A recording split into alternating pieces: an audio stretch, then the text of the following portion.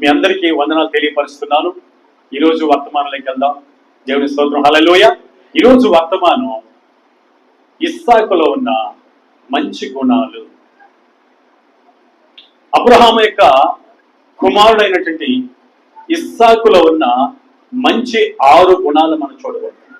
హల్లెలూయా. ఈరోజు దేవుని పిల్లలంగా, దేవుని కుమార్తెలుగా, కుమారులంగా ఈ 6 మంచి లక్షణాలు మనలో కూడా ఉన్నాయి.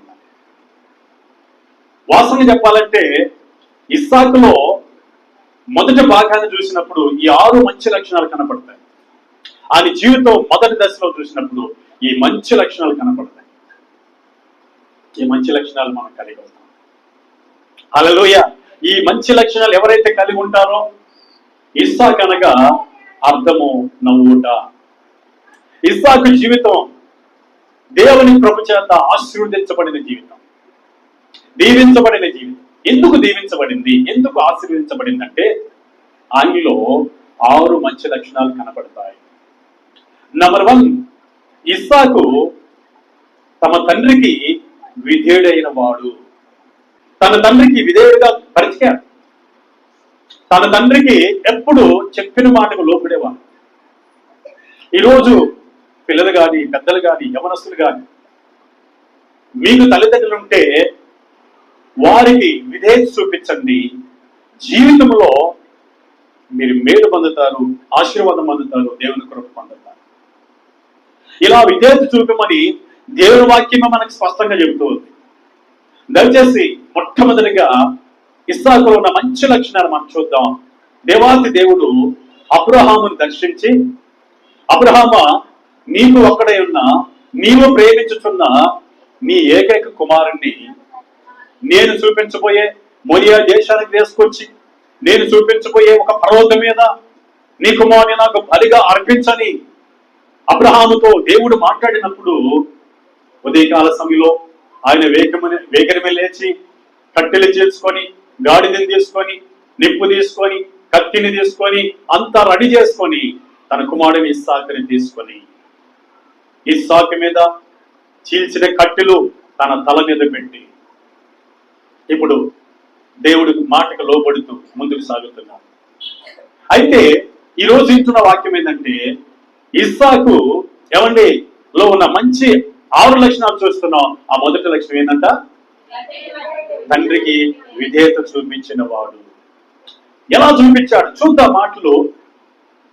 పరమ తండ్రి అబ్రహాముతో నీ కుమారుడు నాకు బలిగేయమన్నప్పుడు పరమ తండ్రి యొక్క మాట అబ్రహాము ఇంటుండగా ఇనే టైంలో తన కుమారుడు అనగా అబ్రహాము కుమారుడు తనకు విధేయుడైనాడు, తనకు విధేయత చూపించాడు. చదవడానికి ప్రయత్నం చేద్దాం. ఆదికాండం 22వ అధ్యాయం 6వ వాక్యం నుంచి 9వ వాక్యం మనం చదువుకుందాం. 9వ వాక్యం మరి నానా దహన బలికి కట్టెలు తీసుకొని తన కుమారుడు ఇస్సాకు మీద పెట్టి తన చేతితో నిప్పును కత్తెను పట్టుకొని పోయెను. అనగా దేవుడు ఏ పర్వతం మీదకి వెళ్ళమన్నాడు, తన కుమారుని బలిగా ఈమని. ఆ పర్వతం మీదకు పోవడానికి ఆ కట్టెలు ఇస్సాకు మీద పెట్టి, నిప్పు తీసుకొని, కత్తి తీసుకొని ఆయన బయలుదేరి దేవుడు చూపించబోయే పర్వతానికి వెళ్తూ ఉన్నాడు. కంటిన్యూ చేద్దాం నాయనా. వారిద్దరు కూడి వెళ్తుండగా ఇస్సాకు తన తండ్రి అయిన అబ్రహాముతో నా తండ్రి అని పిలిచెను. అందుకతడు ఏమి నా కుమారుడా అనెను.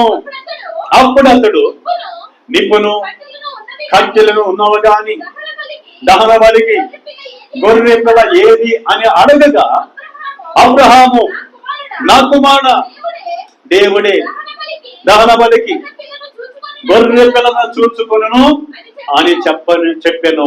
హల్లెలూయా. దేవుడే దహన బలికి గొర్రె పిల్లను చూచుకొని అన్నప్పుడు కుమారుడు ఏమన్నాడు తెలుసా? ఎక్కడుంది ఆ గొర్రె పిల్ల నాన్న, ఏడుంది డాడీ ఆ గొర్రె పిల్ల అని ప్రశ్నలు వేయిలా. అబ్రహాం అన్నాడు, ఇస్సాకు కుమారుడు ఇద్దరు బయలుదేరి ఆ పర్వతం మీదకి పోతున్నప్పుడు, నానా దహన బలికి గొర్రె పిల్లేది, కత్తి ఉంది, నిప్పుంది, దహన బలికి గొర్రెపిల్ల ఏది అని అడిగినప్పుడు వెంటనే అబ్రాహాము అంటాడు, దేవుడే చూచుకొనెను. దేవుడే చూసుకుంటాడయ్యా, అది నీకేం అవసరం అన్నప్పుడు వెంటనే నోరు కట్టేసుకున్నాడు, విధేయత చూపించాడు. హల్లెలూయా. మన వాళ్ళైతే, మన పిల్లలైతే ఏమంటే విధేయత చూపించకుండా చాలా చాలా విషయాలు మనల్ని ప్రశ్న వేస్తూ మనల్ని విసిగిస్తారు. కానీ అబ్రహామును ఏమండి ఇస్సాకు విసిగించలేదు. ఎక్కడుంది ఆ గొర్రె పిల్ల? దేవుడు చూసుకుంటాడు అన్నావు కదా, ఎక్కడుంది? దేవుడు చూసుకుంటా అన్నావు కదా నాన్న, ఎక్కడుంది అని ప్రశ్నించలేదు, విసిగించలేదు. దేవుడు చూసుకుంటాడు, దహన బలి గొర్రె పిల్ల అంటానే మౌనం అయిపోయాడు, విధేయత చూపించాడు. ఇద్దరు బయలుదేరి వెళ్తున్నారు. దేవుని స్తోత్రం, హల్లెలూయా. కంటిన్యూ చేద్దాం అన్నమాట. అలాగూ వారిద్దరు కూడి వెళ్ళి దేవుడు అబ్రహాముతో చెప్పిన చోటికి వచ్చినప్పుడు అబ్రహాము అక్కడ బలిపీఠం కట్టి కట్టెలు చక్కగా పేర్చి తన కుమారుడు ఇస్సాకును బంధించి, ఏమండి ఇక్కడ బంధిస్తున్నాడు, నానా గొర్రె పిల్లను దేవుడే చూసుకుంటానన్నావు కదా, ఎందుకు నన్ను బంధిస్తావు అని అన్నాడా? దేవుడు చూసుకుంటానన్నావు కదా, నన్ను బంధిస్తున్నావేంది, నన్ను బలిపోతున్నావేంది అన్నాడా? అంటే ఇస్సాకులో ఉన్న మంచి లక్షణం ఏంటంటే, పరమ తండ్రి నా తండ్రికి చెప్పిన మాట విషయంలో విధేయత చూపిస్తున్నాడు. ఇప్పుడు నా శరీరమైన తండ్రికి నేను విధేయత చూపించాలని, ఏమండి 115 సంవత్సరాల వయసులో 15 సంవత్సరాల వయసు కలిగిన ఇస్సాకును తాడుతో బంధిస్తుండగా, చేతులు కట్టేస్తుండగా, కాళ్ళు కట్టేస్తుండగా విధేయత చూపించాడు. దేవుని స్తోత్రం, హల్లెలూయా. ఇస్సాకు అంతగా దీవించబడ్డానికి కారణం ఏంటి తెలుసా? తన శరీర సమాన తండ్రికి చాలా విధేయత చూపించాడు. హల్లెలూయా. ఈరోజు సోదరుడా, నీ తల్లిదండ్రులకి నువ్వు విధేయత చూపించు. నీ తల్లిదండ్రుని ధిక్కరించొద్దు, నీ తల్లిదండ్రుని దుఃఖ పెట్టవద్దు. వారు ఏదైతే చెప్పారో అది చేసినట్లయితే నీ జీవితంలో ఇస్సాకు లాంటి కృప, ఇస్సాకు లాంటి దీవెన నువ్వు పొందుతావు. హల్లెలూయా. చూడండి, బంధించేశాడు. ఏం చేస్తున్నాడు ఇప్పుడు? ఆ బలిపీఠం మీద అనగా కట్టెల మీద ఉంచాను. అప్పుడు అబ్రహాము తన కుమారుని వధించుటకు తన చేయి చాపి కత్తి పట్టుకొనగా, హల్లెలూయా. ఏమండి కత్తి పట్టుకొని ఏమండి బలిగా ఇవ్వడానికి, చంపడానికి ప్రయత్నం చేసిన అక్కడ ఏం చూపిస్తున్నాడు ఇస్సాకు? విధేయత చూపిస్తున్నాడు. హల్లెలూయా, హల్లెలూయా. నా ప్రియ సహోదరి సోదరా, ఈరోజు మనం ఏమండి మన తల్లిదండ్రులకి మనం ఏం చేయాలో తెలుసా? నువ్వేం చేస్తున్నావు? నీ తండ్రికి తల్లికి విధేయత చూపిస్తున్నావా? ఇదిగో ఇస్సాకు లో ఉన్న మంచి లక్షణం, మొదటి లక్షణం, తండ్రికి చాలా చక్కగా విధేయత చూపిస్తున్నాడు. యెహోవా చూసుకుంటాడు అన్నప్పుడు విధేయత చూపిస్తున్నాడు. ఏమండి తనకు కట్టేసి బంధించి కట్టెల మీద పేర్చి, ఏమండి బంధించి కట్టెల మీద పేర్చినప్పుడు విధేయత చూపిస్తున్నాడు. అంత మాత్రమే కాదు, కత్తి చేతికి తీసుకొని తను బలిగా నరకబోతుంటే విధేయత చూపిస్తున్నాడు. హల్లెలూయా. అంత మాత్రమే కాదు, నా ప్రియ సహోదరి సోదరా, మన ప్రభువైన యేసుక్రీస్తును మనం చూసినట్లయితే ఆయన కూడా దేవాది దేవునికి కుమారుని యేసు ఈ లోకానికి వెళ్ళి శిలువ శిక్ష అనుభవించి నా ప్రియబిడ్డను రక్షించాలి, నా ప్రజలను రక్షించాలని ఆయన చెప్పినప్పుడు ఆయన దేవునితో సమానమై ఉండి, తండ్రితో సమానమై ఉండి మన కొరకు ఎలా వచ్చాడంట? ఫిలిప్పీయులకు రాసిన పత్రిక, మన కోసం శ్రమ పొందాడు. ఇస్సాకు ఎలా శ్రమ పొందాడు, ఇస్సాకు ఎలా బలైపోయాడో, ఇస్సాకు ఎలా బంధించబడ్డాడో, అలాగే మన ప్రభువైన యేసుక్రీస్తు కూడా పరమ తండ్రికి కుమారుని యేసు విధేయత చూపిస్తున్నాడు. ఫిలిప్పీయులకు రాసిన పత్రిక 2వ అధ్యాయం 7వ వాక్యం నుంచి మనం చదువుకుందాం. మనుషులు పోలికగా పుట్టి దాసుని స్వరూపము ధరించుకొని తను తానే రిక్తునిగా చేసుకొనెను. మరియు ఆయన ఆకారముతో మనుషుడిగా కనబడి మరణము పొందినంతగా, అనగా శిలువ మరణము పొందినంతగా విధేయత చూపిన వాడై తను తాను తగ్గించుకొనెను. హల్లెలూయా. మరణము పొందినంతగా విధేయత చూపించాడు మన ప్రభువైన యేసుక్రీస్తు తండ్రి దేవునికి. ఇక్కడ కూడా అబ్రహాముకి మరణము పొందినంతగా ఏమండి అబ్రహాముకి తన కుమారుడిని ఇస్సాకు ఏం చేస్తున్నాడు? విధేయత చూపిస్తున్నాడు. ఈరోజు మన తల్లిదండ్రులకు మనం ఏం చేయాలి? విధేయత చూపించాలి. ఇస్సాకు విధేయత చూపిస్తున్నాడు. మన ప్రభువైన యేసుక్రీస్తు విధేయత చూపిస్తున్నాడు. ఈరోజు విధేయత చూపిస్తున్నావు, చూపించాలి. నీవు దీవించబడాలంటే ఇస్సాకు లాగా తల్లిదండ్రుల మాటకు విధేయత చూపించాలి. ఇదిగో చూడండి, పౌలు గారు కొలస్సె సంఘానికి రాస్తూ ఇదే మాట మాట్లాడుతున్నాడు. కొలస్సెలు రాసిన పత్రిక 3వ అధ్యాయం 20వ వాక్యం మనం చదివినట్లయితే అద్భుతమైన మాట అక్కడ ఉంటది. చదువుదాం. పిల్లలారా, అన్ని విషయములలో మీ తల్లిదండ్రుల మాట వినుడి. దేవుని స్తోత్రం. చాలు. పిల్లలారా, అన్ని విషయాల్లో ఏం చేయాలి? తల్లిదండ్రుల మాట వినాలి. వినడం అంటే విధేయత చూపించడం, వినడం అంటే లోబడడం. పిల్లలారా, అన్ని విషయాల్లో ఆత్మ సంబంధమైన తల్లిదండ్రులు అయితే వారి మాట చక్కగా వినాలి. భక్తి కలిగిన తల్లిదండ్రులు అయితే వారి మాట చక్కగా పిల్లలు వినాలి. అన్ని విషయాల్లో వినాలి. దేవుడే చెప్తున్నాడు. ఎందుకో తెలుసా? తల్లిదండ్రుల మాటకు ఎవరైతే విధేయత చూపిస్తారో అట్టి బిడ్డల జీవితాల్లో దేవుడు కృప సమృద్ధిగా కలుగుతుంది. హల్లెలూయా. ఇస్సాకు లాంటి దీవెన వారు పొందుతారు. మనకి ఈరోజు సహోదరి సోదరా, ఇస్సాకులకు నువ్వు దీవించబడాలంటే ఇస్సాకులో ఉన్న మొదటి లక్షణం ఏంటంట? తండ్రికి విధేయత చూపించాడు. బలిగా ఇవ్వడానికి ఏమండి తండ్రి తీసుకెళ్ళినప్పుడు ఆయన విధేయత చూపించి దీవించబడ్డాడు. ఇక రెండవదిగా చూద్దాం. ఆయనలో ఉన్న మంచి లక్షణం రెండవదిగా మనం చూసినట్లయితే ఆయన ధ్యానించేవాడు. దేవుని మాటలను ధ్యానించేవాడు, దేవుని వాక్యాన్ని ధ్యానించేవాడు. ఒకరోజు అబ్రహాము తన పెద్ద దాసుడి ఎలియాజరుని పిలిచి, ఇదిగో నా కుమారుడికి ఇదిగో నా రక్త సంబంధిలో ఒక అమ్మాయిని తీసుకోరా, వివాహం చేయడానికని పంపించాడు. ఎలియాజరు 10 ఒంటెలు తీసుకొని, పని వాళ్ళని తీసుకొని ఏమండి అబ్రహాము ఏ ప్రాంతానికి వెళ్ళమన్నాడో ఆ ప్రాంతానికి వెళ్ళి దేవుని కృపను బట్టి, దేవుని యొక్క సహాయాన్ని బట్టి ఆ ప్రాంతానికి వెళ్ళి ఇస్సాకుకు ఏమండి రిబ్కా అనే కన్యకను తీసుకుని వస్తూ ఉన్నాడు. తీసుకుని వస్తుండగా ఎలియాజరు ఒంటెల మీద ప్రయాణం చేసి వస్తున్నాడు. రిబ్కా కూడా ఒంటి మీద ప్రయాణం చేసుకుంటూ వస్తుంది. అలా దరిదాపులకి తిరిగి అబ్రహాము ఉన్న ఏరియాకి, ప్రాంతానికి దగ్గరగా వస్తుండగా ఆ టైంలో ఏమండి ఇస్సాకు ఏం చేస్తున్నాడంటే పెళ్లి చూపులకు పోలాయన.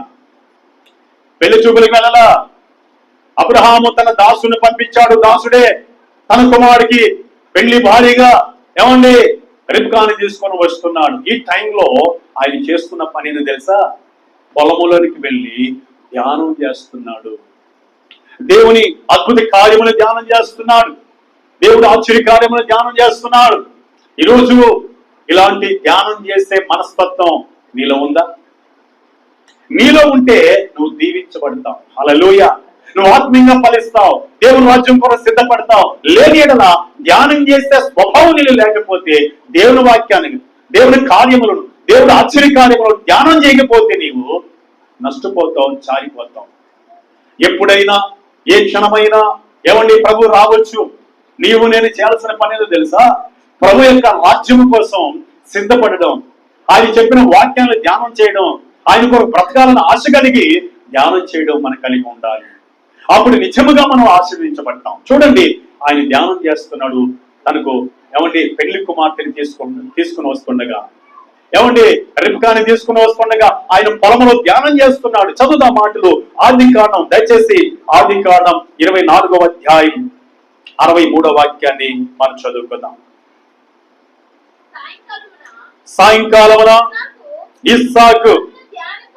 సాయంకాలమున ఇస్సాకు పొలములో ధ్యానింప బయలు వెళ్ళి కన్నులెత్తి చూచినప్పుడు ఒంటెలు వచ్చుచుండెను.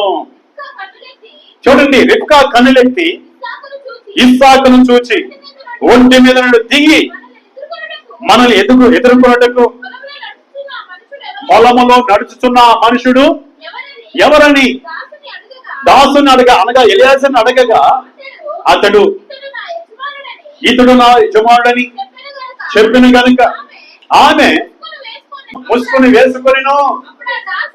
అప్పుడు ఆ దాసుడు తాను చేసిన కార్యములన్నీ ఇస్సాకుతో వివరించి చెప్పాను. హల్లెలూయా. అయ్యా, నీకు పెళ్లి భారీగా మీ నాన్నగారు తీసుకొచ్చిన ఈవిడేనండి అని ఇస్సాకుతో చెప్తున్నాడు. ఎక్కడ చెప్తున్నాడండి? పొలములో చెప్తున్నాడు. పొలములో ఇస్సాకు ఏం చేస్తున్నాడండి? ధ్యానం చేస్తున్నాడు. హల్లెలూయా. పండుకున్నా లేచినా పని చేసుకుంటున్నా దేవుని ధ్యానం చేస్తే దేవుని సన్నిధి నీతో ఉంటుంది, నీలో ఉంటుంది. ఆ దేవుని సన్నిధి నేను బలపరుస్తుంది, దీవిస్తుంది. హల్లెలూయా. రిబ్కా ఏమండి తన దగ్గరకు వచ్చే లోపల వివాహం చేసుకోవడానికి ఏమండి ఆయన చేస్తున్న పని ఏంటో తెలుసా? పొలములో ధ్యానం చేస్తున్నాడు. ఈరోజు ధ్యానం చేసి అనుభవం నీకుందా? చూడండి, ఈ రోజు ధ్యానం చేసి అనుభవం నీకుంటే ఆత్మీయంగా నువ్వు ఫలిస్తావు.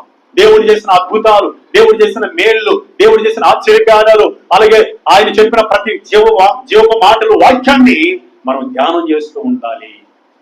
అందుకే వాక్యం చెప్తుంది. 77వ కీర్తన 12వ వాక్యంలో ఏం చెప్తుందో చూడండి ఒకసారి. 77వ కీర్తన 12వ వాక్యాలు మనం చదివినట్లయితే అద్భుతమైన మాట ఉంటుంది. అక్కడ చదవడానికి మనం ప్రయత్నం చేద్దాం. చదివాను. నీ కార్యమంతయు నేను ధ్యానించుకొందును. దేవుని స్తోత్రం. హల్లెలూయా, హల్లెలూయా. ఆసాపు భక్తుడు అంటున్నాడు ఇక్కడ, నీ కార్యమంతటి నేను ధ్యానించుకొందును. దేవుడు ఎలాంటి కార్యాలు చేశాడో, ఎలాంటి గొప్ప కార్యాలు చేశాడో ఆ కార్యాలు మనం ధ్యానం చేస్తే ఆత్మీయంగా ఎదుగుతాం. దేవుడి పట్ల విశ్వాసం మనం ముందుకు సాగుతాం, విశ్వాసం ముందుకు సాగుతాం, దేవునికి దగ్గర అవుతాం. దేవుడు చేసిన కార్యాలను మర్చిపోతే దేవుడికి దూరం అయిపోతాం, దేవుడికి దగ్గర కాలేం. ఆశాభక్తుడు అంటున్నాడు. చదవడానికి ప్రయత్నించేద్దాం. మరిస్తారు నాయన 12వ వచనం. నీ కార్యమంతయు నేను ధ్యానించుకొందును, నీ క్రియలను నేను ధ్యానించుకొందును. హల్లెలూయా. భక్తుడైన ఆసాఫ్ గారు అంటున్నాడు, నీ కార్యమంతా ధ్యానించుకుంటానయ్యా, అలాగే నీ క్రియలను ధ్యానించుకుంటానయ్యా. హల్లెలూయా. ఈరోజు ఏం ధ్యానం చేయాలి మనం? దేవుడు చేసిన కార్యాలను ధ్యానం చేయాలి. ఆయన క్రియలు, ఆయన ఆశ్చర్య క్రియలను మనం ధ్యానం చేయాలి. అప్పుడే నువ్వు ఆత్మీయంగా ఇస్సాకులాగా దీవించబడతావు. ఇస్సాకు పొలంలో ధ్యానం చేస్తున్నాడు.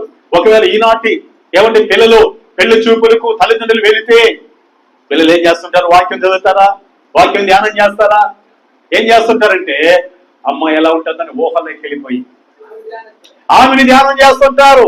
ఎలా ఉంటుంది నేను చేసుకోబోయే అమ్మాయి అని ధ్యానం చేస్తుంటారు. కానీ అలాంటి పని ఇస్సాకు చేయలేదు. నీకు ఎలాంటి అమ్మాయి కావాలో, ఎలాంటి అబ్బాయి కావాలో ఎవరికి తెలుసు? నీకు రూపాన్ని ఇచ్చి ఆవిష్కారం ఇచ్చి ఆశీర్వదించిన దేవుడు నీకు ఎలాంటి అమ్మాయి కావాలి, ఎలాంటి అబ్బాయి కావాలి ఆయనకి తెలీదా? ఆయన అంటాడు, ఏకాగ్ర సంవత్సరాలుగా చేయవాడును. ఆదాము ఒంటరిగా ఉండడం ఆయన మంచిది కాదని సాగైన సహాయం చేసింది ఆయనే. నీకు ఎలాంటి అబ్బాయి కావాలి, ఎలాంటి అమ్మాయి కావాలి ఆయనే చూసుకుంటాడు. మనం చేయాల్సిన పని తెలుసా? ఆయన చేసే కార్యాలను ధ్యానం చేయాలి, ఆయన క్రియలను ధ్యానం చేయాలి. అంత మాత్రం కాదు, ధర్మశాస్త్రాన్ని మనం ధ్యానం చేయాలి. గ్రంథం 1వ అధ్యాయము 2వ వాక్యాన్ని మనం ధ్యానం చేసినట్లయితే, చదువుకున్నట్లయితే మనకు అక్కడ కనపడుతుంది. చూడండి మాటలు. యెహోవా ధర్మశాస్త్రమునందు ఆనందించుచు దేవరాత్రములు దాన్ని ధ్యానించేవాడు ధన్యుడు. హల్లెలూయా, హల్లెలూయా. ఇస్సాకు ధ్యానం చేసేవాడు కాబట్టి ఆయన ధన్యుడయ్యాడు. ఈరోజు ఆయన కార్యాలు ధ్యానం చేయి, ఆయన క్రియలను ధ్యానం చేయి, ధర్మశాస్త్రం అనే ఆ గ్రంథాన్ని నువ్వు ధ్యానం చేయి. నువ్వు ఒక ధన్యుడిగా మారిపోతావు. ఏంటి ఆ ధన్యత అంటే? కింద రాయబడి ఉంది, ఇంత రీతిగా నువ్వు మారుతావంటాడు. చదువుదామా? కంటిన్యూ చేద్దామా? ఏమండి, యెహోవా ధర్మశాస్త్రమును ఆనందించుచు. ఏమండి, దేవుని ధర్మశాస్త్రాన్ని, దేవుని వాక్యాన్ని, దేవుని క్రియలను, దేవుని ఆశ్చర్య క్రియలను ఆనందిస్తూ ధ్యానం చేసుకోవాలి మన హృదయంలో. అప్పుడు మనం ధన్యులమవుతాం. ఏంటి ఆ ధన్యత అంటే? ఏమండి, 3వ వచనం. అనగా ధ్యానం చేసే వ్యక్తి, దేవుని ధర్మశాస్త్రాన్ని ధ్యానం చేసే వ్యక్తి, దేవుని కార్యాలను ధ్యానం చేసే వ్యక్తి, దేవుని క్రియలను ధ్యానం చేసే వ్యక్తి ఎలా ఉంటాడంటే, అతడు నీటి కాలువల యోరను నాటబడినది ఆకువాడక తన కాలమందు ఫలమిచ్చు చెట్టు వలె ఉండును, అతడు చేయనంతయో సఫలమగును. హల్లెలూయా. ఈ లోకంలో పాపాన్ని ధ్యానం చేసుకుంటే నువ్వు సఫలం కాలేవు. ఈ లోకంలో మరొకరిని ధ్యానం చేసుకుంటే సఫలం కాలేవు. ఈ లోకంలో సినిమాలు, సీరియళ్ళు వాటిని మళ్ళీ మళ్ళీ ధ్యానం చేసుకుంటే నువ్వు సఫలం కాలేవు. నీటి కాలం నాటబడిన ఆకువాడక తన కాలమందు ఫలమిచ్చి చొచ్చులాగా నీ జీవితంలో ఎన్నటికీ ఉండలేదు. ఎప్పుడైతే దేవుని క్రియలు ధ్యానం చేస్తావో, దేవుని కార్యమును ధ్యానం చేస్తావో, దేవుని యొక్క ధర్మశాస్త్రాన్ని ధ్యానం చేస్తావో, ఒక నీటి గట్టున నాటబడిన చెట్టులాగా ఆకు వాడకుండా ఫలిస్తా ఉంటావు. నువ్వు చేసేదంతా దేవుడి నీ చేతిలో సఫలం చేస్తాడు. హల్లెలూయా. అదే ఇస్సాకు జీవితంలో దేవుడు చేసింది. హల్లెలూయా. ఇస్సాకు ఏం చేస్తున్నాడండి? ఏముండే ఆయనలో ఉన్న రెండవ లక్షణం, మంచి లక్షణం, ధ్యానం చేస్తున్నాడు. నువ్వేం ధ్యానం చేయాలి చెప్పాలి? ఏం ధ్యానం చేయాలంటే మనం దేవుని క్రియలను ధ్యానం చేయాలి. దేవుడు ఆశ్చర్య క్రియలను ధ్యానం చేయాలి. నీ జీవితంలో ఎన్ని చేశాడో, లేదా అనేక మంది జీవితాల్లో ఎన్ని గొప్ప కార్యాలు చేశాడో ఆ కార్యాలను ధ్యానం చేయాలి, క్రియలను ధ్యానం చేయాలి. అలాగనే ధర్మశాస్త్రాన్ని ధ్యానం చేస్తే నీటి కాలం నాటబడిన చెట్టులాగా నువ్వు ఫలిస్తావు. నువ్వు చేసేదంతా సఫలమవుతుంది. ఆ ప్రకారం మనం ధ్యానం చేద్దాం. ఇదిగో ఇస్సాకు ధ్యానం చేసి గొప్ప ధన్యుడయ్యాడు. దేవుని స్తోత్రం. హల్లెలూయా. ఇక మూడవదిగా మనం చూద్దాం, ఆయనలో ఉన్న మంచి లక్షణాన్ని మనం చదవడానికి మనం ప్రయత్నం చేద్దాం. దయచేసి నా సహోదరి సోదరా, మనం చూసినట్లయితే ఆయన ఏమండి ఆ రిబ్కాను చూసిన తర్వాత, ఎలియాజరు ఆ రిబ్కాను తీసుకొచ్చిన తర్వాత, ఆ రిబ్కాని ఏమండి తీసుకొని తన ఇంట్లోకి వెళ్ళి తను ఏం చేస్తున్నాడు తెలుసా? వివాహం చేసుకొని ఏం చేస్తున్నాడో మనం చూద్దాం. దయచేసి ఆదికాండం 24వ అధ్యాయము 67వ వాక్యం చదువుకుందాం. 24వ అధ్యాయము 67వ వాక్యం చదువుకుందాం. ఇస్సాకు తల్లి అయిన శారా గుడారములోనికి అనగా రిబ్కాను తీసుకుని పోయెను. అట్లు అతడు రిబ్కాను ఆమె అతనుకు భార్య ఆయను. దేవుని స్తోత్రం కలను గాక. ఏమైందంట? వివాహము చేసుకొనగా ఆమె ఆయనకి భార్య ఆయను. కంటిన్యూ చేద్దాం. అతడు ఆమెను ప్రేమించును. దేవుని స్తోత్రం. హల్లెలూయా. ఏం చేశాడని? అతను ప్రేమించను. దేవుని స్తోత్రం. మరొకసారి మనం నేను చదువుతాను. ఇస్సాకు తలైన శారా గుడారములోనికి ఆమెను తీసుకుని పోయెను. అట్లు అతడు రిబ్కాను పరిగ్రహింపగా ఆమె అతనికి భార్య ఆయను. అతడు ఆమెను ప్రేమించను. కొంతమంది దేవుని స్తోత్రం. హల్లెలూయా. ఎప్పుడు రిబ్కాను ప్రేమించాడు? పెళ్లి అయిన తర్వాత ప్రేమించాడు. మనం పెళ్లి కాకముందే ప్రేమిస్తాం. అందుకే మన జీవితంలో ఆత్మీయత ఉండదు, ఆశీర్వాదం ఉండదు, దేవుని కృపను కూడా సరిగా చూడలేము. నా సహోదరి సోదర, వివాహం కాని వాళ్ళతో దేవుడు మాట్లాడుతున్నాడు. వివాహం అయిపోయింది, ఎలాగో ప్రేమించమో దాన్ని వదిలేద్దాం. వివాహం కాని వారితో మాట్లాడుతున్న ఏమండి ఇస్సాకుల మూడవ మంచి లక్షణం ఏంటంటే భార్యని ఎప్పుడు ప్రేమించాలో తెలుసా? వివాహము చేసుకున్న తర్వాత, పెళ్లి చేసుకున్న తర్వాత ప్రేమించాలి. చాలా మంది ఏం చేస్తారంటే ముందుగానే ప్రేమించి ఆ ప్రేమ సల్లారిపోయి ఏమన్నా ఆ ప్రేమ చేదైపోయి కుటుంబాలు పతనం చేసుకుంటూ ఉంటారు. ఎప్పుడు కూడా మన ప్రేమ భార్యను వివాహం చేసుకున్న తర్వాతనే భార్యను ఏం చేయాలి? ప్రేమించాలి. హల్లెలూయా. ఇప్పుడు ఏం చేస్తారు తెలుసా? మొదట బాగా ప్రేమించి పెళ్లి చేసుకుంటారు. తర్వాత ప్రేమ సల్లారిపోతుంది కాబట్టి తారుమారు అని అందరు కాదు, కొందరు ఉంటారు. దేవుని స్తోత్రం. హల్లెలూయా.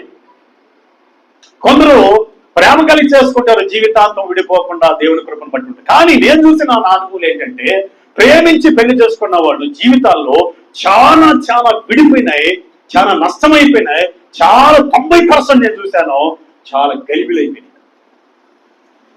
దయచేసి చెప్తున్నా, నువ్వు ప్రేమించి చేసుకున్నావు, జీవితంలో ఎన్నడూ ఆ ప్రేమను విడవకుండా, ఆ ప్రేమ బ్రతికినంత కాలము వదలకుండా భార్యని ప్రేమించు, భర్తను ప్రేమించు, దేవుడి కాడ మెప్పు పొందు. దేవుడి స్తోత్రం. హల్లెలూయా.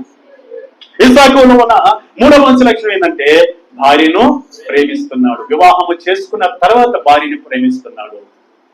ఈరోజు ఒక భర్తగా నేను చేయాల్సిన మంచి లక్షణం ఏంటంటే, ఇస్సాకులో ఉన్న మంచి లక్షణం, మనం చేయాల్సిన పని ఏంటంటే అదే మంచి లక్షణం కలిగి ఉండాలి.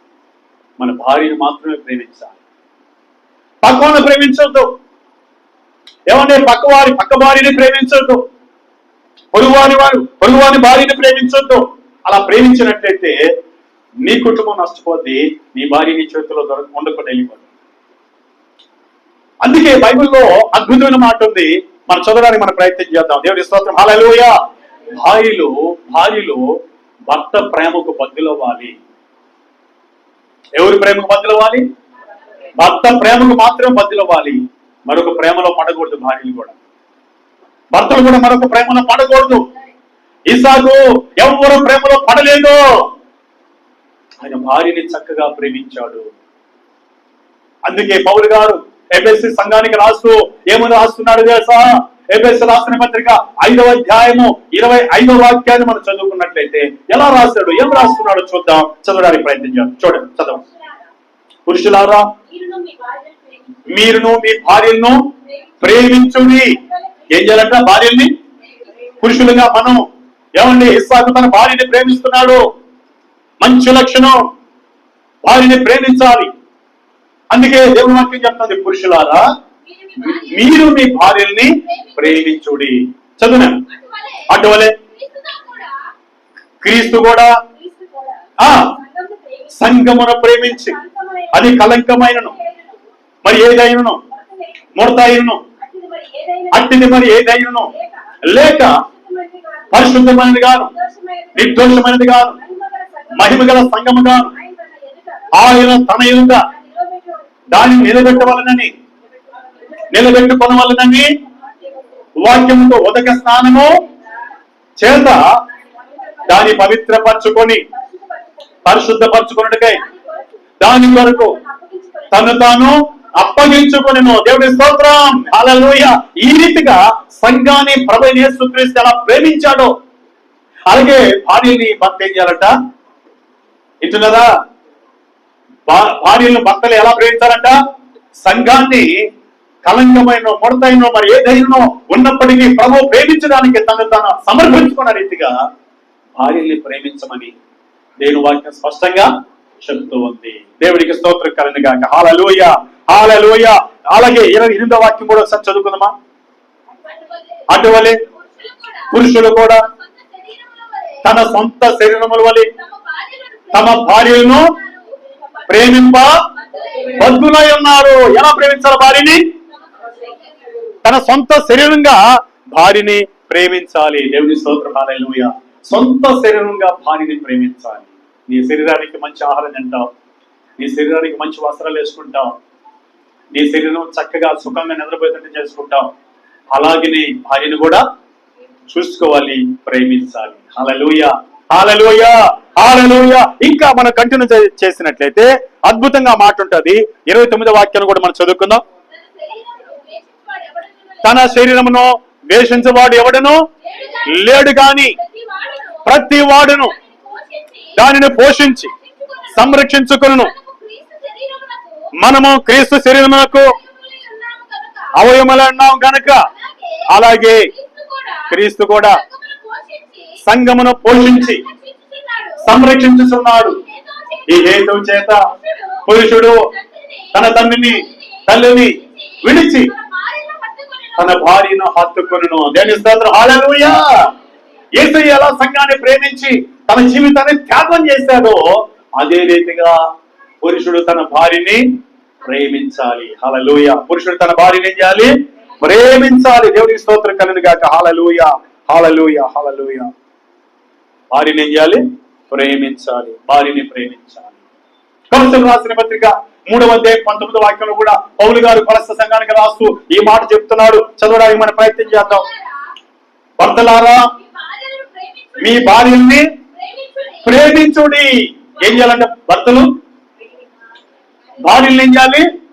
ప్రేమించడం అంటే ముందు కూర్చొని, అమ్మా నువ్వంటే నాకు భలే ఇష్టం, నీ ముక్కు అంటే ఇష్టం కదా, నీ హెయిర్స్ అంటే ఇష్టం, నీ ముఖం అంటే ఇష్టం అది చెప్పడమే కాదు, ఆమెకి ఏం కావాలో, ఆమె శరీర సంబంధంగా ఏది అవసరమో అది పంచాలి. శారీరకంగా చూసుకోవాలి, ఆత్మీయంగా కలిసి ఉండాలి. అలాగనే భౌతికంగా ఆ విషయంలో అన్నిటినీ శ్రద్ధ కలిగి ప్రేమను కనపరచాలి. దేవుని స్తోత్రం. హల్లెలూయా, హల్లెలూయా. దేవుని స్తోత్రం. ఇక్కడ ఇంకా ఏం చెప్తున్నాడో చూద్దాం ఒకసారి. ఏమండి ఏం చెప్తున్నాడో చూద్దాం. మొదటి పేతురు రాసిన పత్రిక 3వ అధ్యాయం 7వ వాక్యం మనం చదువుకుందాం. పేతురు గారి ద్వారా కూడా ఎలా ప్రేమించమని దేవుడు చెప్తున్నాడు చూద్దాం. అలాగే పౌలు ద్వారా ఎలా ప్రేమించమన్నాడో చూసాం, చదువుకుందామా. అటువలనే పురుషులారా, జీవమును కృపావరములో మీ భార్యలు మీతో పాలువారి ఉన్నారని ఎరిగి ఎక్కువ బలహీనమైన ఘట్టమని వారిని సన్మానించి మీ ప్రార్థనలకు అభ్యంతరము కలగకున్నట్లు జ్ఞానము చొప్పున వారితో కాపరము చేయుడి. ఏమండి, జ్ఞానం చొప్పున కాపరం చేయాలి. ప్రార్థనలకు లేక ఆటంకం. వాళ్ళు బిక్కిలి బలహీనమైన ఘట్టాలు. వాళ్ళకి కానీ అనుకున్నది కానీ చేసి కానీ ఇవ్వలేదనుకో, తెచ్చి పెట్టలేదనుకో, ఇంకా బలహీనులు. ఆ రోజు ఇంత అలుగే, ఇంకా మన ప్రార్థనకు రాదు, మనకు సహకరించరు. పోదామంటే నేనే నాకు బాగాలేదు అంటే ఆటంకాలు కలిగజేస్తారు. కాబట్టి బలహీనులు కాబట్టి వారితో జ్ఞానము కలిగి సంసారం చేయడి, కాపురము చేయడి అని దేవుడే చెప్తున్నాడు. ఈ రీతిగా మన భార్యలు మనం ఏం చేయాలి? ప్రేమించాలి. ఇసాకు ఏం చేస్తున్నాడు? తన భార్యని ఏం చేస్తున్నాడు? ప్రేమిస్తున్నాడు. ఆయనలో ఉన్న 3వ లక్షణం భార్యని ప్రేమించే లక్షణం. హల్లెలూయా. అలాగని తల్లిదండ్రులను తోసివేసేవాడు కాదు. ఈరోజు భార్యని ప్రేమించమని వాక్యం చెప్తుందని తల్లిదండ్రులు తోసేమని దేవుడు చెప్తున్నా. తల్లిదండ్రులు కూడా ప్రేమించమని చెప్తుంది. హల్లెలూయా. తల్లిదండ్రులు కూడా ప్రేమించాలి. కానీ ఎన్ని లక్షణాలు చూసాం? 3 మంచి లక్షణాలు చూసాం. దేవుడికి స్తోత్రం కలుగును గాక. హల్లెలూయా. ఇకపోతే ఆయనలో ఉన్న 4వ మంచి లక్షణాన్ని మనం చూడడానికి ప్రయత్నం చేద్దాం. ఇస్సాకు సమాధాన పడేవాడు. సమాధాన పడే మంచి లక్షణం ఆయనలో ఉంది. ఏమండి, వెంటనే సమాధానం పడతాడు ఆయన. నీలో ఈ మంచి లక్షణం ఉంటే నువ్వు క్షేమాన్ని చూస్తావు, దేవుని చూస్తావు. ఒకనొక రోజు అబ్రహాము చనిపోయాడు. అబ్రహాము చనిపోయినప్పుడు గెరారు దేశంలో ఇస్సాకు ఉన్నాడు. ఇస్సాకు గొప్పవాడైపోయాడు, గొప్ప ధనవంతుడు అయిపోయాడు. అబీమెలెకు రాజు చూశాడు, అంటున్నాడు, నాకంటే గొప్పవాడు అయిపోయావు. రేపు రోజు నీవే మాకు శత్రువు అవుతావేమో, విరోధం అవుతావేమో, కనుక మమ్మల్ని ఏలతావేమో, దయచేసి మా ప్రాంతం నుంచి వెళ్ళిపో అంటున్నాడు అబీమెలెకు రాజు. అది మాత్రం కాకుండా ఆయన తన తండ్రి అబ్రహాము తవ్విన బాయలు తవ్వుకున్నాడు. ఏమండి, 3 సార్లు బాయలు తవ్వినప్పుడు సమృద్ధిగా నీటి జలాలు బయటకు వచ్చినాయి. ఆయన పంట వేశాడు, 100 పంట పండింది, ఉన్నతమైన స్థాయికి ఎదిగాడు. అది చూసిన గెరారు దేశానికి సంబంధించిన అబీమెలెకు రాజు ఆయన కాపురంలో ఏమండి ఇస్సాకు దొక్కున్న ప్రతి బావి దగ్గరకు వచ్చి ఇది మాది మాది మాదని వ్యాజ్యం వేశాడు. వ్యాజ్యం వేసి తీసుకోవడానికి ప్రయత్నం చేసినప్పుడు ఆయన ఏమండి బాధతో ఈ ప్రాంతం నుంచి వెళ్ళిపోయినప్పుడు బాధతో ఆయన వెళ్ళిపోతున్నాడు. చదువుదాం. ఆదికాండం 26వ అధ్యాయం 27వ వాక్యాన్ని మనం చదువుకుందాం. చదవడానికి ప్రయత్నం చేద్దాం. చూడండి మాటలు. ఇస్సాకు మీరు నా మీద పైకెత్తి చదవమన్నాను. ఇస్సాకు మీరు నా మీద పగబెట్టి మీ యొక్కను నిన్ను పంపివేసిన తర్వాత ఎందు నిమిత్తం నా యొద్దకు వచ్చి ఉన్నారు. ఏమంటే ఎప్పుడైతే వెళ్ళిపోతున్నారు ఆయన తోడుకున్న పాయల్ని వాడు స్వాధీనం చేసుకున్నారు. మా ప్రాంతంలో ఉండకూడదని చెప్పారు. అబీమెలెకు కాపురందరూ తరివేశారు. ఆయన మరొక ప్రాంతానికి వచ్చి ఆ ప్రాంతంలో ఆయన మరొక బావి తవ్వుకున్నాడు. చక్కగా దీవించబడుతున్నాడు, చక్కగా ఆశీర్వదించబడుతున్నాడు, దేవుడి కృప చేత వర్ధిల్లుతున్నాడు. ఈ టైంలో తరివేసిన వారు, శత్రువులుగా ఉన్నవారు ఇప్పుడు మళ్ళీ వస్తున్నారు ఆయన దగ్గరికి. చదువు, నేను ఇప్పుడు చదువుదాం 27వ వాక్యం.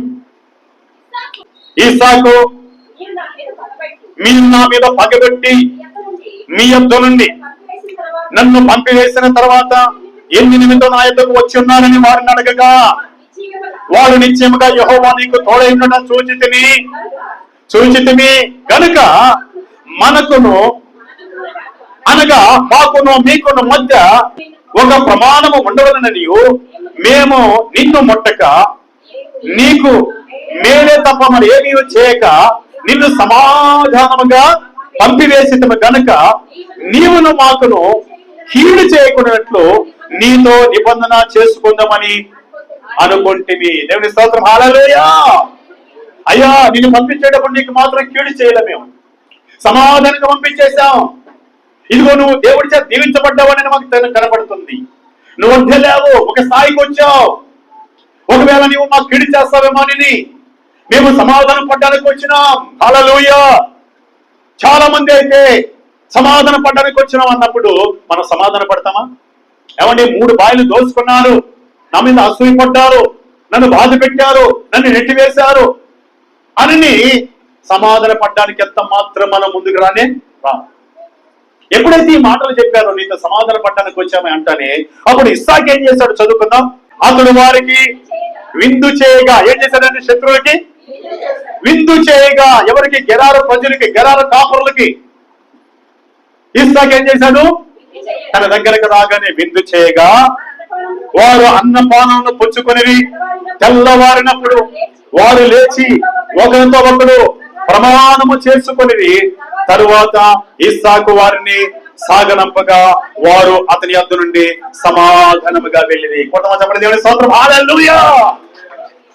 ఏమండి, శత్రువులకి ఏమండి ఇస్సాకు ఇంట్లో చేర్చుకొని రాత్రి బస చేయించుకొని చక్కటి భోజనం పెట్టి సమాధానంగా వారిని సాగనంపాడు. ఇలాంటి మనసు నీకుందా? ఇలాంటి మనసు నీకు ఎప్పుడు కలుగుతుందో అప్పుడే నువ్వు దీవించబడతావు. ఇస్సాకు దీవించబడడానికి కారణం ఆయన సమాధాన పడేవాడు. ఏమండి, భార్యతో గొడవపడ్డావా? నువ్వు సమాధాన పడడానికి ప్రయత్నం చేయి. భర్తతో గొడవ పడ్డావా? సమాధాన పడడానికి ప్రయత్నం చేయి. అన్నదమ్ములతో గొడవ పడ్డావా? సమాధాన పడడానికి ప్రయత్నం చేయి. ఇదిగో తల్లిదండ్రులతో గొడవ పడ్డావా? సమాధాన పడడానికి ప్రయత్నం చేయి. నీ బంధువులతో గాని, స్నేహితులతో గాని, పొరుగింటి వారితో గాని ఎక్కడైనా సరే సమాధానం లేకుండా బ్రతికితే ఆశీర్వాదాన్ని మనం చూడలేం. ఇస్సాకు లాగా ఆయనలో ఉన్న 4వ మంచి లక్షణం సమాధాన పడేవాడు. అందుకే ఆయన దీవించబడ్డాడు. శత్రువు లేకుండా కృపతో ఆయన ముందుకు సాగాడు. దేవుడి స్తోత్రం. హల్లెలూయా. మనం ఏం చేయాలంట? ఏం చేయాలి చెప్పండి? మనుషులందరితో మనం సమాధానం పడాలి. శత్రువుతో పడాలి, అందరితో పడాలి, అందరితో సమాధానం పడాలి మనం. అందుకే రోమాపత్రికలో పౌలు గారు రాస్తాడు. ఏమని రాస్తాడంటే, రోమాపత్రిక 12వ అధ్యాయం 18వ వాక్యములు ఏమంటాడో తెలుసా? శక్యమైతే సాధ్యమైనంత వరకు మనుషులందరితో సమాధానముగా ఉండడి అంటాడు ఆయన. చదువుతా మాటలు. శక్యమైతే మీ చేతనెంత మట్టుకు సమస్త మనుషులతో సమాధానముగా ఉండడి. హల్లెలూయా. ఎందుకు సమాధానం ఉండాలంటే, మనం అందరితో సమాధానం లేకపోతే మనం ఆశీర్వాదం చూడండి. ఎందుకు తెలుసా? మన సమాధాన పడకపోతే వారు ఎప్పుడైనా మనకు మన ఆశీర్వాదాన్ని ఆటంకపరుస్తారు, మన దీవెనలను ఆటంకపరుస్తారు. మనం ఎదుగుతున్న ఆ ఎదుగుదలను, మంచి జీవితాన్ని పాడు చేయడానికి ప్రయత్నం చేస్తారు. అందుకే వారితో మనం ఏం చేయాలి తెలుసా? సమాధాన పడాలి. ప్రభువైన యేసుక్రీస్తు కూడా కొత్త నిబంధనలు ఏమన్నారు తెలుసా? దారిలో ఉండంగానే నీ సహోదరుతో సమాధాన పడాలి. హల్లెలూయా. ముందు వెళ్ళి సమాధాన పడి వచ్చి ఆ తర్వాతే నీ బలిని అర్పించు, నీ అర్పణ అర్పించని మత్తయి సువార్తలో స్పష్టంగా చెప్తున్నాడు. దేవుని స్తోత్రం. హల్లెలూయా. సమాధానం లేకుండా దేవుని ఎలా ఆరాధన చేస్తా? సమాధాన పడకుండా ఎలా దేవుని కనపరుస్తాం? ఈరోజు సహోదరి సుధా, ఆయనలో ఉన్న మంచి లక్షణం సమాధాన పడేవాడు. హల్లెలూయా. ఇంకో మాట చెప్పనా? నీవు ఎప్పుడైతే సమాధాన పడతావో అందరితో, ఇస్సాకు లాంటి మంచి గుణం కలిగి నీ జీవితంలో ఈ లోకంలో సమాధానంగా బ్రతుకుతావు. హల్లెలూయా. అంతమంతనే కాదు, పరలోక రాజ్యం పొందాలన్నా నువ్వు సమాధానం కలిగి ఉండాలి. చదువుకున్న మాటలు రోమాపత్రిక 14వ అధ్యాయము 16వ వాక్యం మనం చదివినట్లయితే అక్కడ స్పష్టంగా చెప్తున్నాడు. చదువుదాం. రోమాపత్రిక 14వ అధ్యాయము చదవండి. 16వ వాక్యం చేశారా? లేదంటే 17వ వాక్యం చదవండి. దేవుని రాజ్యము భోజనమును పానములు కాదు కానీ నీతియు సమాధానమునై పరిశుద్ధాత్మ యందలి ఆనందమై ఉన్నది. హల్లెలూయా. దేవుని రాజ్యం ఏమైందంట? నీతియు సమాధానమును పరిశుద్ధాత్మ యందలి ఆనందమై ఉన్నది. దేవుని రాజ్యం పొందాలంటే నువ్వు అందరితో సమాధానంగా ఉండాలి. ఈ లోకంలో సమాధానంగా బ్రతకాలంటే అందరితో సమాధానంగా ఉండాలి. ఇస్సాకులాగా దీవించబడాలంటే శత్రువు లేకుండా నీవు ఇతరులతో సమాధానం కలిగి ఉండాలి. ఏమంటే ఇస్సాకులో 4వ మంచి లక్షణం సమాధాన పడేవాడు. దేవుని స్తోత్రం. మనం సమాధాన పడదాం, సమాధానాన్ని చూద్దాం, ఆశీర్వాదాన్ని చూద్దాం, తిరిగి ఆ పరలోక రాజ్యాన్ని మనం చూద్దాం. ఇకపోతే ఆయనలో ఉన్న 5వ మంచి లక్షణాన్ని మనం చదవడానికి మనం ప్రయత్నం చేద్దాం. చూడండి, ఆయనలో ఉన్న మంచి లక్షణం ఏంటంటే ఆయన బలిపీఠం కట్టి ప్రార్థన చేసే వ్యక్తి. ఆయన బలిపీఠం కట్టి ప్రార్థన చేసేవాడు. ఆయన బలిపీఠం కట్టకుండా ప్రార్థించాడు ఆయన. దేవుని స్తోత్రం. హల్లెలూయా. గమనించినట్లయితే గెరార ప్రజలు ఆయన్ని పంపించేసిన తర్వాత, గెరార ప్రజలు మా దగ్గర ఉండకుండా పంపించేసిన తర్వాత ఆయన చేసిన పని ఏందో తెలుసా? ఆయన ఆశీర్వించబడడానికి కారణం ఏందో తెలుసా అని అంటే, వారు పంపించిన వెంటనే బలిపీఠం కట్టాడు, ప్రార్థన చేశాడు. ఎవరైనా మనది దోచుకున్న తర్వాత, మనం నష్టపరిచిన తర్వాత, మనల్ని అన్యాయంగా తోసివేసిన తర్వాత మనం చేయాల్సిన పని ఏదో తెలుసా? బలిపీఠం అనే స్తుతులు చెల్లించాలి దేవుడికి. హల్లెలూయా. ప్రభువా, ఏది జరిగినా నీకు స్తోత్రం నాయనా. వారు అన్యాయం చేసిన నీకు స్తోత్రం, వారు నా మీద పగబెట్టిన నీకు స్తోత్రం అని ముందు స్తోత్రాలు చెల్లించి దేవునికి కనపరిచి ఆ తర్వాత మనం ప్రార్థన చేయాలి. హల్లెలూయా. చదువు ఆ మాటలో ఆదికాండం, దయచేసి ఆదికాండం 26వ అధ్యాయం 25వ వాక్యాన్ని మనం చదువుకుందాం. ఆదికాండము 26వ అధ్యాయము 25వ వాక్యం చదువుకుందాం. అక్కడ ఒక బలిపీఠము కట్టించి యెహోవా నామమున ప్రార్థన చేసి అక్కడ తన గుడారము వేసెను. దేవుని స్తోత్రం. హల్లెలూయా. చూసారా, ఆయనలో ఉన్న 5వ మంచి లక్షణం, వారు పంపించేసిన తర్వాత ఆయన బలిపీఠం కట్టాడు. ఈరోజు బలిపీఠానికి సాదృశ్యం ఏందో తెలుసా? స్తుతులు చెల్లించడం, దేవునికి కనపరచడం. ప్రభా, వారు నష్టపరిచిన, నన్ను పంపివేసినా, నాకు అన్యాయం చేసినా నీకే స్తోత్రం నాయన, ఏది జరిగినా నీకు స్తోత్రం అని చెప్పాలి. ఆ తర్వాత నీ అవసరం ఏందో నువ్వు ప్రార్థన చేయాలి. ఆయన బలిపీఠం కట్టి ప్రార్థన చేసి ఇప్పుడు మరొక బావిని దొరుకుతున్నాడు అక్కడ. దేవుని స్తోత్రం. చదువు మాటలు మరొకసారి బలిపీఠం కట్టించి యెహోవా నామమున ప్రార్థన చేసి అక్కడ తన గుడారం వేసెను. అప్పుడు ఇస్సాకు దాసులు అక్కడ బావి త్రవ్విరి. కొట్టవచ్చబడి దేవుని స్తోత్రం. హల్లెలూయా. హల్లెలూయా. బలిపీఠం కట్టు అనగా స్తుతులు చెల్లించు. నిన్నెవరైనా అన్యాయం చేస్తే, నీకెవరైనా అన్యాయం చేస్తే, నేనెవరైనా పంపించేస్తే దేవుని స్తుతి చెల్లించు. స్తుతులు బలిపీఠానికి సాదృశ్యం. ఇకపోతే ప్రార్థన చేయాలి, స్తుతి చెల్లించాలి, ప్రార్థన చేయాలి. ఆ తర్వాత నువ్వు ఏ ప్రయత్నం చేస్తావో ప్రయత్నించాలి. ఆ ప్రయత్నాన్ని దేవుడు సఫలము చేస్తాడు. హల్లెలూయా. హల్లెలూయా. ఆయనలో ఉన్న 5వ మంచి లక్షణం, బలిపీఠం కట్టి ప్రార్థన చేశాడు. ఒక శ్రమ వచ్చింది, ఒక శోధన వచ్చింది, ఒక బాధ వచ్చింది, ఒక వ్యాధి వచ్చింది. మనం చేయాల్సిన పని తెలుసా? దేవుడి మీద సనగడం కాదు, దేవుడి మీద కోప్పడడం కాదు, దేవుడి మీద దుఃఖపడడం కాదు, దేవుడి మీద ఏమండే చాలా చాలా మనసులో కుంగిపోతూ దేవుడు అన్యాయం చేసినట్టున్నాడే అని అనుకోవడం కాదు. ఏం చేయాలో తెలుసా? స్తుతులు చెల్లించాలి. ఏమండి, యోబు గారు సమస్తం పోయినా ఏం చేశాడు? యెహోవా ఇచ్చెను, యెహోవా తీసుకొని పోయిను, యెహోవా నామమునకు మహిమ కలుగును గాకని స్తుతి చెల్లించాడు. తర్వాత ప్రార్థన కూడా చేశాడు. తిరిగి దేవుడు ఆయనకి యోబుకి క్షేమస్థితిని కలుగు చేసెను అనే వాక్యం ఉంటుంది. హల్లెలూయా. హల్లెలూయా. 2 ఆశీర్వాదం ఇచ్చినట్టు వాక్యం ఉంది. రోజు మనం చేయాల్సిన పని ఇస్సాకులాగా చేయాలి. ఎవరైనా అన్యాయం చేసి, ఎవరైనా మనకాడు దోచుకొని నెట్టి వేస్తే మనం దిగులు పడుతూ ఎందుకు బ్రతుకు, చనిపోతే బాగుండు, ఆత్మహత్య చేసుకుంటే బాగుండు, నాకెవరు లేరు, దిక్కు లేరు అనుకొని మనం ఇలాంటి పని చేయకూడదు. ఏం చేయాలండి? దేవునికి స్తుతి చెల్లించాలి, స్తుతి అనే బలిపీఠం కట్టాలి, ప్రార్థన చేయాలి, ఆ తర్వాత ప్రయత్నము చేయాలి. అప్పుడు మన దేవుడు మనం దీవిస్తాడు. ఇస్సాకు ఆ రీతిగా ఆయన దీవించాడు. దేవుని స్తోత్రం కలుగుగాక. హల్లెలూయా. హల్లెలూయా. ఇకపోతే 6వదిగా ఆయనలో ఉన్న మంచి లక్షణం మనం చూద్దాం. దయచేసి చదువుకుందాం. ఆ మాటలు చదవడానికి మనం ప్రయత్నం చేద్దాం. హెబ్రీయులకు రాసిన పత్రిక 11వ అధ్యాయము 20వ వాక్యం చదువుకుందాం. హెబ్రీయులకు రాసిన పత్రిక 11వ అధ్యాయము 20వ వాక్యం చదవండి. మాటలు విశ్వాసమును బట్టి ఇస్సాకు జరగబో సంగతుల విషయమై యాకోబును యేసేవును ఆశీర్వదించెను. హల్లెలూయా. నా ప్రియ సహోదరుడా, ఇస్సాకు ఏం చేశాడు? విశ్వాసాన్ని బట్టి జరగబో సంగతుల విషయమై యాకోబును యేసేవును ఏం చేశాడు? ఆశీర్వదించాడు. అంటే ఆయన ఏం కలిగి ఉన్నాడంటే విశ్వాసం అనే మంచి లక్షణం కలిగి ఉన్నాడు. ఆయన విశ్వాసమును మంచి లక్షణం కలిగి ఉన్నాడు కాబట్టి యాకోబుని ఏం చేశాడు? ఆశీర్వదించాడు. యేసేపుని ఏం చేశాడు? ఆశీర్వదించాడు. విశ్వాసం ఉంటే నువ్వు ఈ బిడ్డల్ని ఆశీర్వదిస్తావు. నీలో విశ్వాసం లేకపోతే నువ్వు ఇతరుల్ని ఆశీర్వదించలేవు. నేను ప్రార్థన చేస్తే, నేను దీవిస్తే నా బిడ్డలు దీవించబడతారు అని నీకు విశ్వాసం ఉంటే నువ్వు దీవిస్తావు. మనకి వాక్యం ఏం చెప్తుంది? విశ్వాసమును బట్టి యేసేపును, యాకోబును ఇస్సాకు ఏం చేశాడు? ఆశీర్వదించాడు. దేవుని స్తోత్రం. హల్లెలూయా, హల్లెలూయా. ఇప్పుడు మనం ఏం చూస్తున్నాం? 6వ లక్షణం అంటే ఆయనలో ఏం చూస్తున్నాం? విశ్వాసాన్ని చూస్తున్నాం. ఏం చూస్తున్నాం? ఇస్సాకులో ఏం చూస్తున్నాం అండి? విశ్వాసాన్ని చూస్తున్నాం. హల్లెలూయా. నీలో ఏముండాలో తెలుసా? నీలో మంచి లక్షణం, 6వ లక్షణం ఏముండాలో తెలుసా?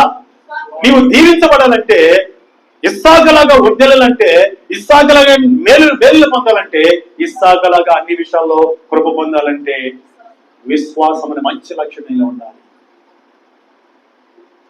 ప్రతి ఆదివారం వెళ్తున్నాను, ప్రతి శుక్రవారం వెళ్తున్నాను, దేవుడిని నన్ను ఆశీర్వదిస్తాను, నాతో మాట్లాడుతాను, నన్ను బలపరుస్తాడు విశ్వాసం నీకున్నాను. అలాగనే దేవుని వాక్యాన్ని నడుస్తున్నాను, దేవుడు నన్ను ఆశీర్వదిస్తాడు తగిన సమయంలో అని విశ్వాసం నీకున్నాను. ప్రభువు రాబోతున్నాడు అని విశ్వాసం నీకున్నాను. ఇదిగో నా బిడ్డను ఆశీర్వదించబోతున్నాను, నా బిడ్డల కొరకు ప్రార్థన చేయబోతున్నాను, దేవుడు నా సహాయం చేయబోతున్నాడని ఏముండాలి? మనలో విశ్వాసం ఉండాలి. విశ్వాసం లేకపోతే దేవుడు కృపను చూడండి. వాక్యం చెప్తుంది, కీర్తన గ్రంథం 32వ అధ్యాయం 10వ వాక్యము, విశ్వాసం ఎవరు కలిగి ఉంటారో దేవుని కృప వారిని ఆవరిస్తుందంట.